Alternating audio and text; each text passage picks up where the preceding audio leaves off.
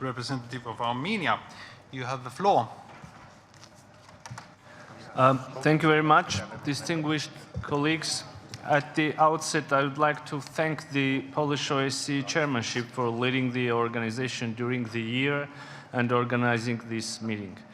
This year marked with enormous challenges for European security architecture. We continue to witness violation of our commitments, including the decalogue of the Helsinki Final Act. Regrettably, South Caucasus was one of the regions where we face continuous use of force and threat of use of force. Our neighbor, Azerbaijan, not only has been continuing its high and warmongering rhetoric, but also military aggression against the sovereignty and territorial integrity of Armenia. On September 13th and 14th this year, Azerbaijan unleashed unprovoked aggression, occupying around 140 square kilometers of the sovereign territory of Armenia. This has been the third large-scale offensive against Armenia since the signing of the trilateral statement of November 9th, 2020. This aggression, which resulted in 233 of casualties, including among civilians, targeted settlements and civilian infrastructure, internally displaced thousands of the citizens of Armenia and caused serious economic and environmental damage. The worst forms of war crimes, including extrajudicial killings and torture of Armenian military personnel, including women and men alike, have been an inherent feature of the Azerbaijani aggression. We would like to express our appreciation to those partners who do not shy away to point the aggressor and raise their voice on the need to duly prosecute the war crimes and punish the executors.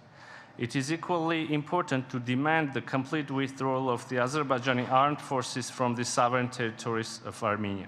Their continued presence in internationally recognized territories of Armenia is a serious challenge to fragile peace and stability in our region. Moreover, during the same year, Azerbaijan continued its provocative and aggressive actions against Armenians of Nagorno-Karabakh in March and August this year.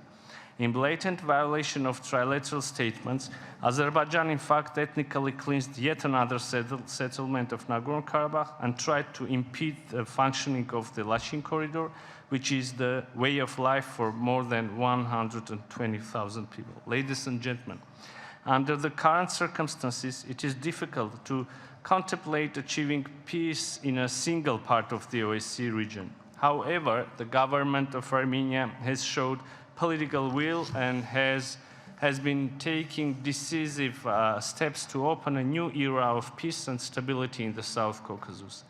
Despite the frequent provocations from the Azerbaijani side, we did not stop our talks on normalizations of our relations, unblocking all transport and economic links, delimitation and border security.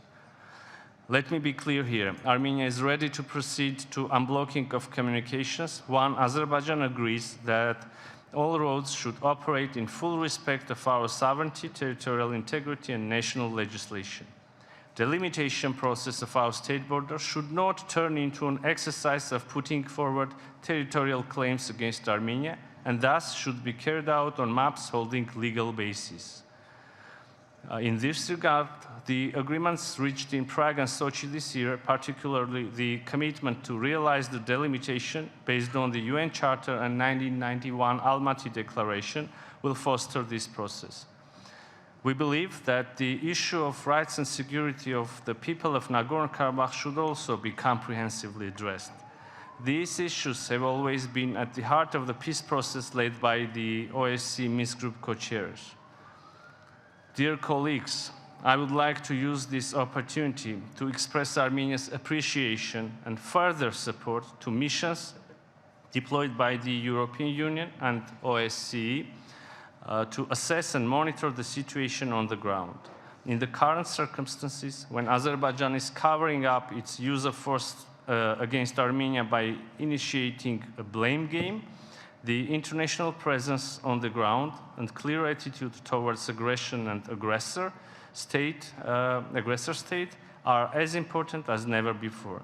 We continue to believe that the OSCE Minsk Group co-chairing countries, the OSCE mechanisms, with their accumulated knowledge and experience, can and should contribute to promoting stability and establishing lasting and durable peace in our region. Thank you.